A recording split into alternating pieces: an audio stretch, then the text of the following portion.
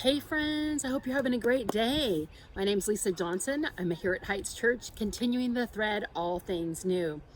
Today I'm in my backyard. I just love being outside. Springtime, new things, new beginning. I just absolutely love it. I wanted to share a story with you though, because I have a feeling someone needs to hear this today. I don't know who you are. It's not for anyone specifically, but the Lord put this on my heart. Some people are between a rock and a hard place. And it made me think of a story. Years ago, when I was a director at a Christian camp, someone gave me a book, and it was the story of Aaron Ralston. Aaron was a hiker extraordinaire, but he had made a bad decision. He went out and he didn't tell anybody where he was going. He went out into a slot canyon in Utah, and unfortunately, the worst thing happened. A rock slide, his right dominant arm got trapped by a boulder, and there he stayed for 127 hours until the most horrific decision he came to, which was that he was going to have to cut off his own hand in order to escape that canyon and have any chance of getting out and being found. He did. He was successful, and he has told his story many times over about being saved and how he helped himself truly out of that rock in a hard place. But you and I, we have something different, you guys. We're not alone. The world is full of self-help books. Every day, my Audible file actually is full of a lot of them because I'm a business person.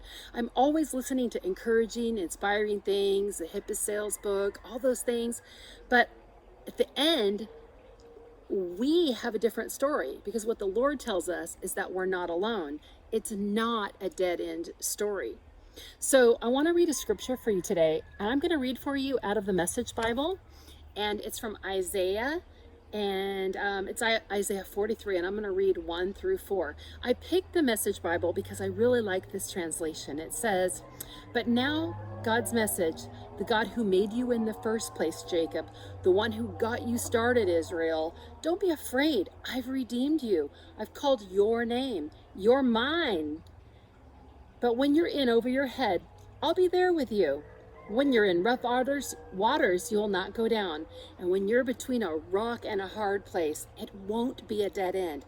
Because I am God, your personal God, the Holy of Israel, your Savior. I paid a huge price for you, all of Egypt with rich Cush and Seba thrown in. That's how much you mean to me. Oh, that's how much I love you. I'd sell the whole world to get you back. Trade the creation just for you." God has told us in this verse in Isaiah 43. He told them back then, he's telling you today, he's telling me today, whatever your worry, whatever the issue, whether it's physical, financial, emotional, whether it's a relationship, whether you are brokenhearted, whether you're feeling empty, whether you just need renewal and restoration, you know what? God will give us a new song. He will show us a way. When your test becomes your testimony, don't forget to share it.